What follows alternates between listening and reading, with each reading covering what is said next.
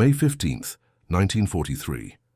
In a military engineering facility nestled within the industrial district of Osaka, Japan, Chief Engineer Takeo Yamashita stood before the massive steel hull of an American M4 Sherman tank, its olive-drab paint scraped and dented from combat in the Pacific. The morning sun streamed through tall windows, illuminating specks of dust that danced around the captured prize. Yamashita and his team of 12 elite mechanics had been ordered to dismantle the vehicle completely, certain they would uncover critical flaws that could be exploited in future engagements against American armor. Before we dive into this story, drop a quick hi in the comments and tell me where you're watching from. It really helps support the channel. What Takeo Yamashita and his skilled team would discover over the coming weeks would shatter their understanding of industrial warfare and reveal a fundamental truth about the American war machine that would alter their perception of what they were truly fighting against. Not just a foreign military, but an entirely different approach to mechanized conflict. Gentlemen, before us sits the enemy's primary armored fighting vehicle, announced Yamashita to the assembled team of engineers and mechanics. The Americans call it the Sherman. Our forces captured it intact during the engagement at Guadalcanal. Our task is simple but vital. We will take it apart piece by piece, document every component, assess its capabilities, and most importantly, identify its weaknesses. Lieutenant Colonel Hiroshi Nakamura, the Imperial Army representative assigned to oversee the project, stepped forward. His uniform was immaculate, decorated with medals that reflected his distinguished service in Manchuria. The High Command considers this analysis of utmost importance. Our own Type 97 Chiha tanks have encountered difficulty against American armor. Understanding this vehicle will help us develop effective countermeasures and improve our own designs. Yamashita nodded respectfully. At 43 years old, he had established himself as one of Japan's premier automotive engineers before the war. His expertise had earned him this special assignment rather than frontline service. We will begin immediately, Colonel. I anticipate a complete assessment within 3 weeks. Among the team stood Sergeant Kenji Tanaka, a former production line supervisor at the Mitsubishi Heavy Industries tank factory in Sagami. Chief Engineer, permission to document the external features before we begin disassembly. Proceed, Sergeant, Yamashita replied. Pay particular attention to the armor plate connections and the turret rotation mechanism. As Tanaka began his inspection, Technical Specialist Hiroto Ito approached with a clipboard. Sir, I have the preliminary data from our intelligence division. According to captured documents, this is an M4A3 model with the Ford GAA engine. Production began in 1942 at the Detroit Tank Arsenal. Yamashita's eyebrows raised slightly. Detroit Tank Arsenal, a facility dedicated solely to tank production? Yes, sir, Ito confirmed. Ito. American industrial reports suggest they can produce approximately 800 of these vehicles every month. Lieutenant Colonel Nakamura scoffed. 800? That cannot be accurate. Our entire yearly production of tanks is less than that. The intelligence must be flawed or American propaganda. Yamashita remained silent, running his hand along the Sherman's hull. 800 tanks per month would mean nearly 10,000 per year from just one facility. The implication was too disturbing to contemplate. Over the next 3 days, the team methodically documented every external feature of the Sherman. They measured the thickness of the armor, 76 millimeters on the front hull, 51 millimeters on the sides. They noted the layout of vision ports, the design of the tracks, and the configuration of the suspension system. On the 4th day, they began the disassembly process. The massive turret was lifted off first using an overhead crane, revealing the interior fighting compartment. Private First Class Akira Matsuda, the youngest member of the team at 22 years old, climbed inside. Chief Engineer, you should see this, Matsuda called out after several minutes. The interior layout is remarkably spacious. Yamashita climbed up and lowered himself through the turret ring. Indeed, the fighting compartment was substantially more roomy than any Japanese tank he had seen. The gunner's position featured a padded seat with adjustment mechanisms. The controls were clearly labeled with simple instructional placards. Even the radio equipment was positioned for easy access and operation. "This is designed for comfort," Yamashita muttered, almost to himself. Comfort? Lieutenant Colonel Nakamura had joined them and overheard the comment. "Tanks are not meant to be comfortable, they are weapons of war." Yamashita nodded respectfully but continued his examination. "Colonel, comfort translates to crew efficiency and endurance. A crew that is not cramped or exhausted can fight longer and more effectively." The next revelation came when they removed the engine. The Ford GAA was a 32-valve, 500-horsepower gasoline engine. Technical specialist Masao Kobayashi, who had worked as an automotive engineer for Toyota before being drafted, examined it with growing amazement. "Chief, this engine design, it's not particularly innovative or advanced," Kobayashi reported. "In fact, it's rather simple by our standards, but look at the manufacturing quality." Yamashita inspected the engine block cylinder heads and crankshaft. The consistency of the castings was remarkable. The tolerances between moving parts were precise, yet not excessively tight. The engine featured standardized bolts and fittings throughout. "It's designed to be reliable, serviceable, and mass-produced," Yamashita concluded. "Our Type 97 uses a diesel engine with more sophisticated engineering, but this is built for quantity and serviceability." As days passed, more components were removed and analyzed. Each revelation seemed more troubling than the last. Sergeant Tanaka discovered that the transmission could be removed and replaced through the front hull by a maintenance crew in less than an hour. The track links could be detached and reattached without specialized tools. Even the main gun could be serviced or swapped with basic equipment. On the 10th day, technical specialist Ito made perhaps the most significant discovery of all. He had been analyzing the various components spread across the workshop floor when he noticed something peculiar. "Chief Engineer, I've been comparing these parts to the specifications in our intelligence files," Ito reported. "These serial numbers indicate that many components in this single tank come from different manufacturers." Yamashita examined the parts himself.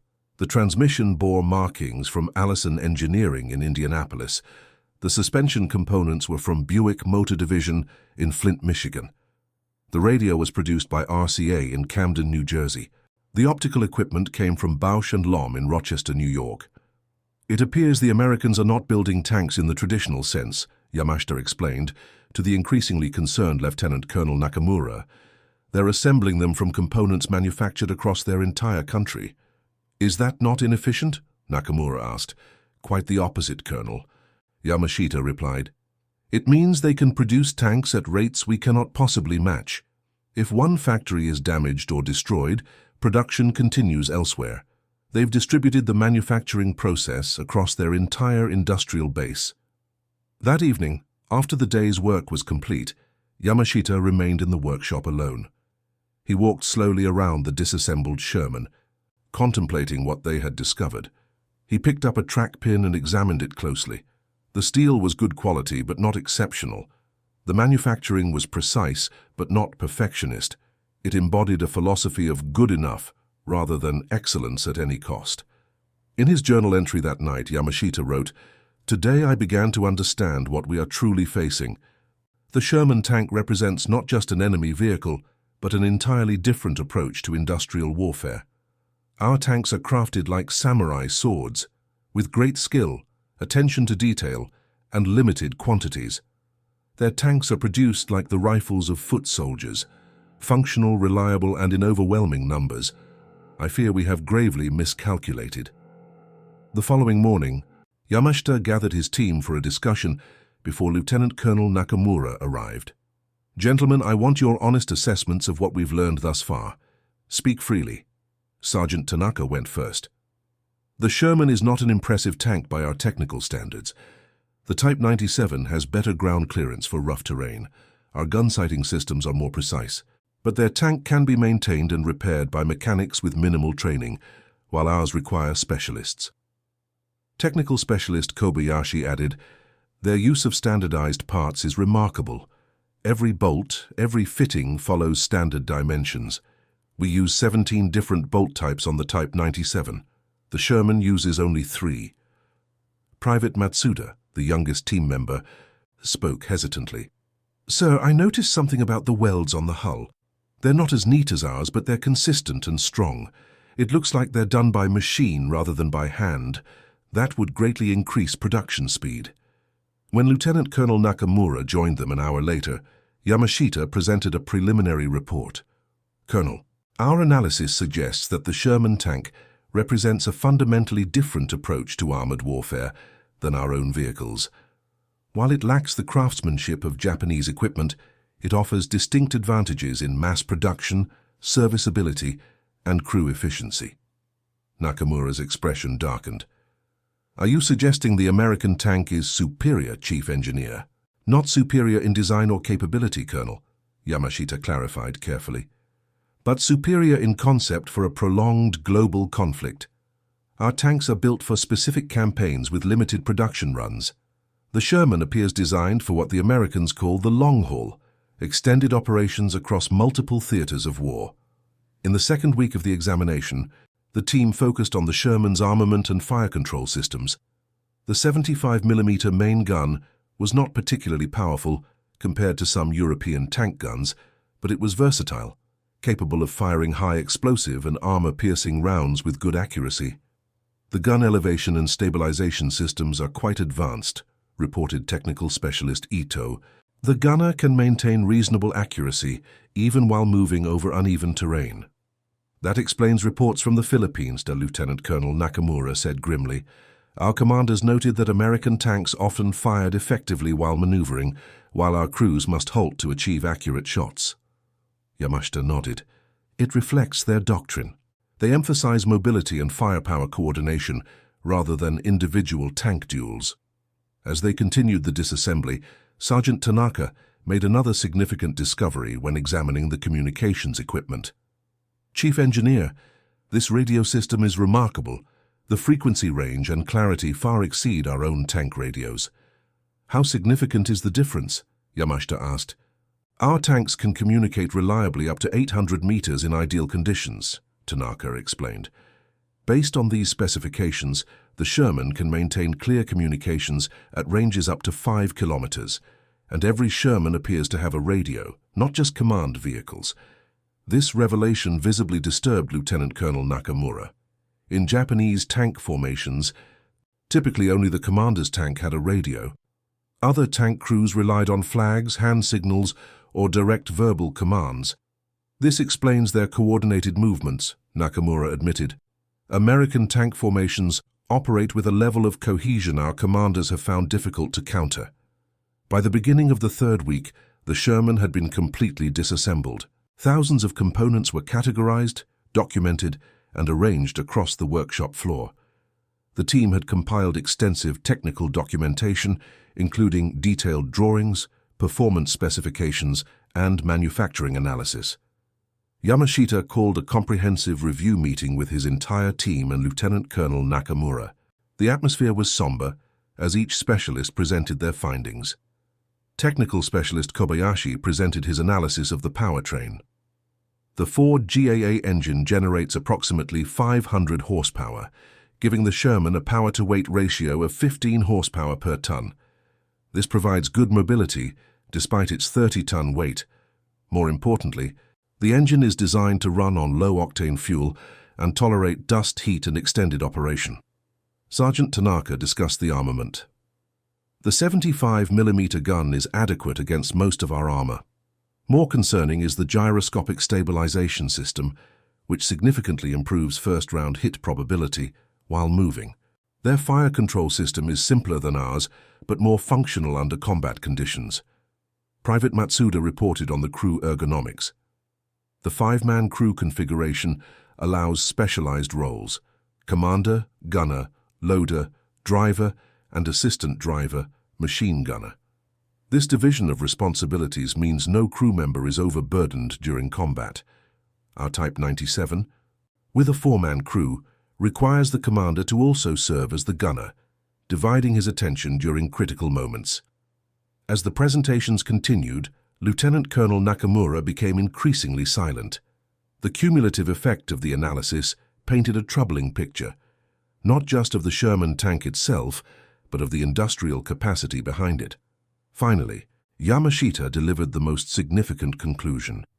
Gentlemen, the most important aspect of the Sherman is not its technical specifications, but what it represents. The Americans have created a vehicle that prioritizes standardization, ease of maintenance, and mass production. Each component is designed to be replaced quickly in the field. The entire vehicle can be transported by rail or ship without special accommodations. And most importantly, it can be produced in quantities that fundamentally change the nature of armored warfare. Lieutenant Colonel Nakamura spoke for the first time in nearly an hour. What are you suggesting, Chief Engineer? I am suggesting, Colonel, that we are not merely facing superior numbers, but a different concept of war production, Yamashita replied carefully. Our industry produces complex, specialized vehicles in limited quantities. Their industry produces standardized vehicles in virtually unlimited quantities. If a Japanese tank is damaged beyond field repair, it is typically lost permanently. If a Sherman is damaged, they appear able to rapidly replace it or repair it using standardized parts from their supply chain. The Imperial General Staff must be informed of these findings immediately, Nakamura said, his voice tense. That evening, after most of the team had departed, Yamashita found Private Matsuda still examining components of the Sherman's suspension system. "What has caught your interest, Matsuda?" Yamashita asked. The young man looked up. "Chief Engineer, I noticed something about these bogie wheels. The rubber is synthetic, not natural rubber. That seems significant given the American loss of access to natural rubber supplies in the Pacific." Yamashita examined the wheel. "An excellent observation. The Americans have developed synthetic rubber production to compensate for their resource limitations. This further illustrates their industrial adaptation." Matsuda hesitated before speaking again. "Sir, may I speak candidly?" "Of course. My father works at the Yokohama shipyards. Before I was drafted, he told me they struggle to produce even a single aircraft carrier per year. Today I read in our intelligence materials that the Americans launched 7 aircraft carriers in 1942 alone. Is that possible?" Yamashita sighed deeply. "Yes, Matsuda, I believe it is. What we are seeing in this tank reflects their entire approach to war production. They have prioritized quantity, standardization, and simplicity across all military equipment. The implications are profound." The next day, a senior delegation from Imperial headquarters arrived to review the findings. Major General Hideki Tojo, director of the Army Technical Bureau, listened silently as Yamashita presented a comprehensive analysis of the Sherman tank and its implications for the ongoing conflict. "In conclusion, General," Yamashita stated, "the Sherman represents an approach to warfare that emphasizes industrial capacity over technical sophistication. While our tanks may be superior in certain performance aspects, the Americans can replace their losses far more quickly than we can produce new vehicles." Major General Tojo studied the disassembled components carefully before responding. "Chief Engineer, your technical analysis appears sound. However, you overreach in your strategic conclusions. The spirit of the Japanese soldier, his dedication and training, will overcome mechanical advantages." Yamashita bowed respectfully but persisted. "General, with utmost respect, this examination reveals more than just mechanical differences. The serial numbers on these components indicate that this single tank contains parts manufactured in at least 17 different American cities. Their production system appears designed to continue functioning even if individual factories are damaged or destroyed." "You suggest their production cannot be disrupted?" Tojo asked sharply. "I suggest it would require resources beyond our current capabilities, General," Yamashita replied carefully. "Their approach distributes manufacturing across their entire continent, beyond the reach of our bombers or naval forces." The delegation departed with Yamashita's full report, though it was clear that some of his conclusions were not well received. In the weeks that followed, the team reassembled the Sherman tank for demonstration purposes and continued detailed analysis of specific components. During this period, Lieutenant Colonel Nakamura became a more frequent visitor to the workshop. Despite his initial skepticism, the evidence had clearly affected his thinking. "Chief Engineer," Nakamura said one afternoon as they watched mechanics reinstall the transmission, I have been reflecting on your observations about American production methods. Yes, Colonel? I served in China before this assignment. In 1937, I was part of a unit that captured Shanghai. We lost 16 tanks in that campaign. It took nearly 6 months to replace those losses. Based on your analysis, how long would it take the Americans to replace 16 Shermans? Yamashita considered the question carefully.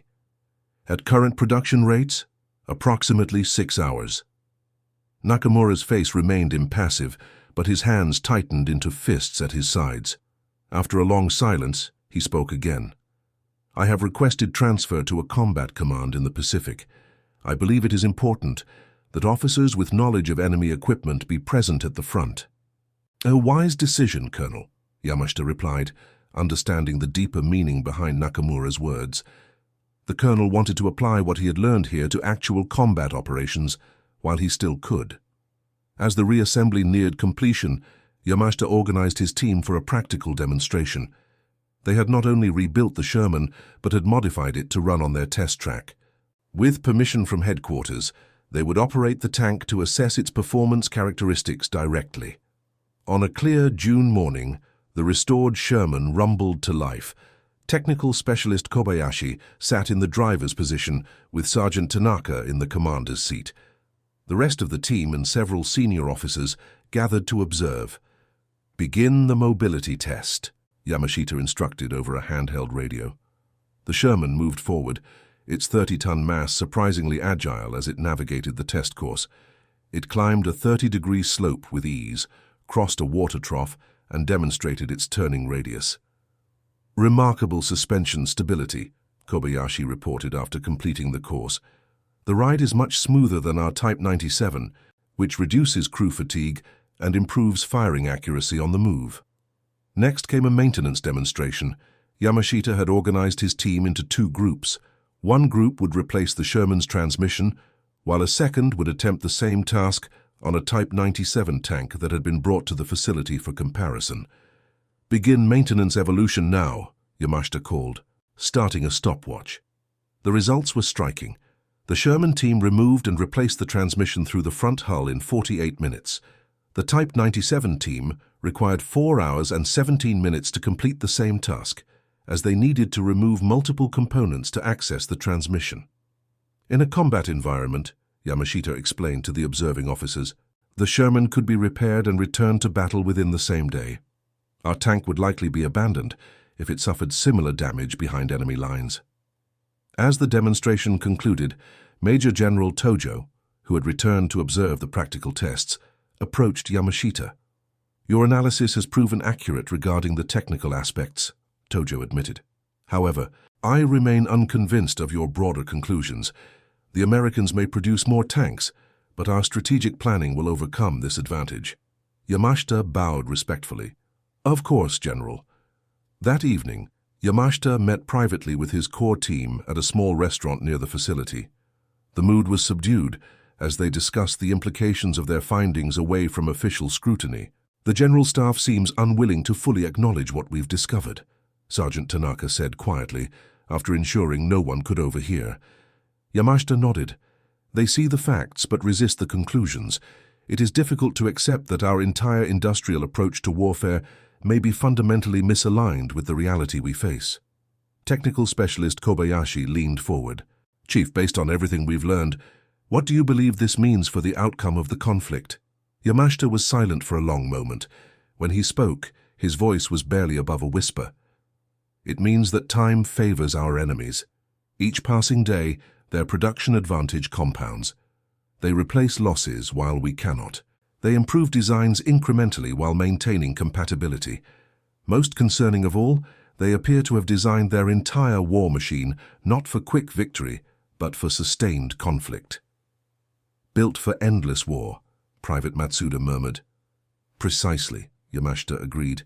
The Sherman tank embodies this philosophy perfectly. It is not built to be the best tank on the battlefield. It is built to always be on the battlefield, in ever-increasing numbers regardless of losses. In the days that followed, the team completed their final report. It contained detailed technical specifications, performance assessments, and manufacturing analysis. Yamashita also included strategic recommendations, though he suspected these would be given less consideration than the technical data. On July 10, 1943, the project officially concluded. The Sherman tank, now fully reassembled and operational, was to be transported to the Army Technical Research Institute in Tokyo for further study. Before it departed, Yamashita asked for permission to address his team one final time next to the vehicle. "Gentlemen, our work here has been more important than perhaps any of you realize," Yamashita began. "We have not merely examined an enemy weapon, we have glimpsed the fundamental nature of this conflict. The Sherman tank represents more than armor and firepower. It embodies an industrial approach to warfare that prioritizes sustainability, replaceability, and overwhelming numerical superiority." He ran his hand along the Sherman's hull, feeling the solid construction beneath his fingers. This vehicle was not built by master craftsmen laboring to create the perfect weapon. It was built by ordinary factory workers following standardized procedures, creating a good enough weapon in extraordinary quantities. That distinction may well determine the course of this war. Lieutenant Colonel Nakamura, who had delayed his transfer to attend the final day, stepped forward. "Chief Engineer Yamashita's analysis has significantly improved our understanding of American armor capabilities and industrial methods. This knowledge will inform our tactical approach in future engagements." As the Sherman was loaded onto a transport trailer, Yamashita stood with Private Matsuda, watching in silence. "What will you do now, Chief Engineer?" Matsuda asked. "I have been reassigned to the Kure Naval Arsenal," Yamashita replied. "They are attempting to increase production of naval guns. My experience here will supposedly prove valuable." "And do you believe it will?" Yamashita smiled sadly. "The lessons we learned from this tank cannot be applied easily to our current industrial system, Matsuda. We would need to fundamentally reorganize our entire approach to manufacturing. In peacetime, perhaps that would be possible. Under current conditions." He left the thought unfinished, but Matsuda nodded in understanding.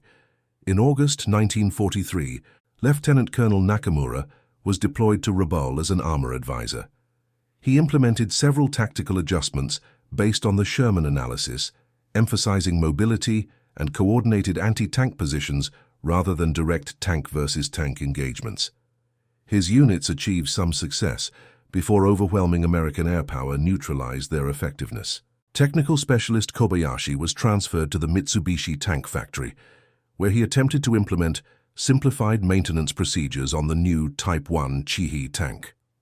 While the design incorporated some lessons from the Sherman analysis, production numbers remained limited by Japan's strained industrial capacity. Sergeant Tanaka returned to his original unit and saw combat in the Philippines in 1944. According to accounts from survivors, he successfully disabled 3 Shermans using improvised tactics before being overwhelmed by their supporting infantry. Private Matsuda was eventually assigned to a tank crew operating a Type 97 in the defense of Okinawa. He did not survive the campaign. Chief Engineer Yamashita continued his work at various facilities until the end of the conflict. In 1944, he submitted a comprehensive proposal for reorganizing Japan's tank production along American lines, but by then material shortages and strategic bombing had rendered such changes impossible to implement. In his final wartime journal entry, dated August 10, 1945, Yamashita wrote, "The Sherman tank told us everything we needed to know about the nature of this war and our ultimate prospects within it. It was never about the quality of our weapons or the spirit of our soldiers. It was about the fundamental mismatch between our industrial capacity and that of our enemies. The Americans designed their weapons for a long war because they knew they could sustain one. We designed ours for quick victories because deep down we understood we could not." After the war, Yamashita would go on to play a significant role in Japan's automotive industry renaissance, applying many of the mass production techniques he had first observed in that captured Sherman tank. The standardization, modular design, and emphasis on serviceability that he had documented became central principles in Japanese manufacturing, eventually helping transform the nation into an industrial powerhouse. The Sherman tank itself had a curious fate. Records indicate it was still at the Tokyo research facility, when American occupation forces arrived in September 1945. An American technical team examined it with great interest, particularly the detailed Japanese documentation of its components and performance. Ironically, the Japanese analysis provided valuable insights to American engineers about their own manufacturing methods. The industrial philosophy embodied by the Sherman, standardized, mass-produced, and designed for easy maintenance, would go on to influence global manufacturing long after the war ended. The same principles that made it an effective instrument of war made it an effective model for peacetime production. Today, few remember the specific details of the Sherman tank or the Japanese engineers who studied it so carefully in that Osaka workshop, but the lessons they uncovered about industrial capacity, standardization, and sustainable manufacturing continue to shape our world in countless ways. The story of Chief Engineer Yamashita and the captured Sherman is more than a footnote in military history. It is a reminder that warfare is not merely a contest of weapons or tactics, but of systems and philosophies, and sometimes the most important discoveries come not from grand strategies or heroic battles, but from engineers in quiet workshops, methodically taking things apart to understand how they work. And that concludes our story. If you made it this far, please share your thoughts in the comments. What part of this historical account surprised you most? Don't forget to subscribe for more untold stories from World War II, and check out the video on screen for another incredible tale from history. Until next time.